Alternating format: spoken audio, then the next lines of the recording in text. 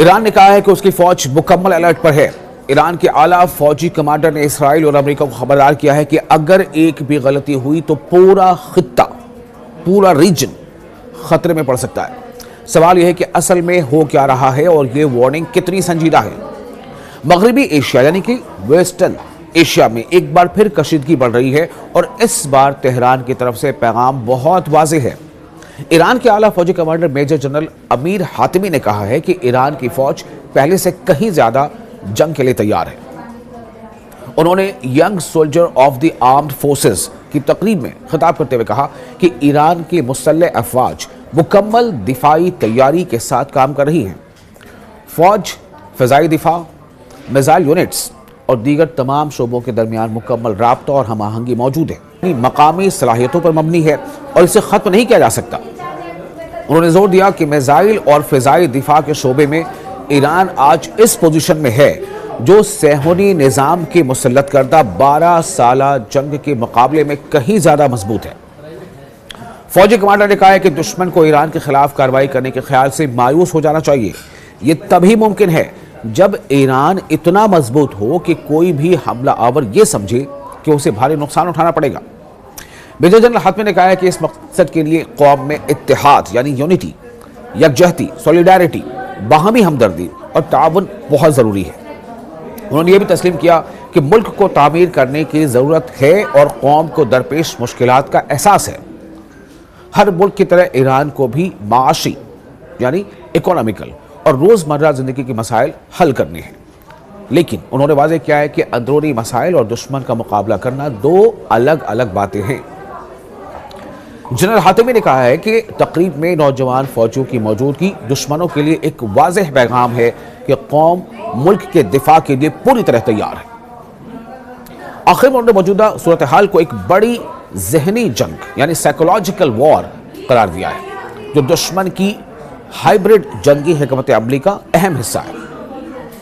और लगभग ऐसे ही बयान तमाम जो यूनिट के सरबराह हैं, चाहे वो पार्लियामेंट के स्पीकर हो, चाहे वो नेवी के एडमिरल हो, चाहे दूसरे साबिक सेक्रेटरी हो सुप्रीम सिक्योरिटी नेशनल काउंसिल की लारी जानी, तमाम लोगों का ये कहना है कि किसी भी सूरत में हम घुटने टेकने को तैयार नहीं, लेकिन हाँ, ईरान इसमें पेशरफ नहीं करेगा, यानी कि जंग की शुरुआत ईरान नहीं करेगा।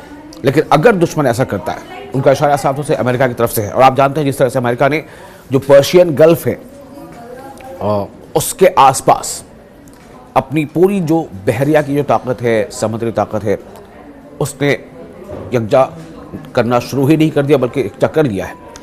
अब इसी बीच जब ईरान इस तरह से तैयारी कर चुका है और ईरान ने जिस अपील, जो इस उनकी बातों में जो अपील है, उससे साफ जाहिर है कि जहां बात कौम की आ जाती है तो उसमें फिर वैसे तमाम यूनिट्स या वैसे तमाम जो ग्रुप्स हैं या अलग अलग तंजीमें हैं, वो भी सर पर कफर बांधकर तैयार रहती हैं।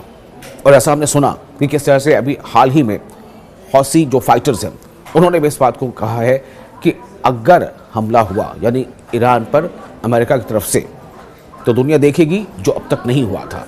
अब आप इसे अंदाज़ा कीजिए, क्योंकि ये भी कहा जा रहा है कि बैलिस्टिक मिसाइल से भी लैस हैं खुद हौसी फाइटर्स। दूसरी तरफ हिजबुल्लाह भी इस तरह का इंतबाह दे चुका है। यहाँ तक कि इराक़ में, जहाँ के बारे में अमेरिका को शायद ऐसी उम्मीद थी कि इराक़ से या तो ईरान को के ख़िलाफ़ जंग में अमेरिका को सपोर्ट मिलेगा या फिर वो उसके काम आएगा, लेकिन ऐसा नहीं है। वहाँ पर बहुत सारे ऐसे फाइटर ग्रुप्स हैं जो अमेरिका के ख़िलाफ़ जद्दोजहद में शामिल और ईरान के सपोर्ट में शामिल होने का ऐलान कर चुके हैं। तो जो खामनेई ने कहा है, जो सुप्रीम लीडर हैं ईरान के, कि अगर ईरान पर किसी तरह का हमला होता है जिसे मुकम्मल हमला समझा जाएगा और उसका भरपूर जवाब दिया जाएगा। और साथ ही उन्होंने ये कहा कि पूरे रीजन के लिए, ये पूरे रीजनल के लिए तबाही लेकर आएगा। अब जाहिर है कि इस पूरे रीजन का मतलब है कई ऐसे देश हैं जो अमरीकी शराकतदार देश हैं, कई ऐसे यूनिट्स हैं, अमेरिकन बेसेस हैं जो इन इलाके में अमेरिका के हैं, मौजूद हैं। अल-उदैद में तो 10,000 के आसपास अमरीकी फौजी हम वक्त मौजूद रहते हैं।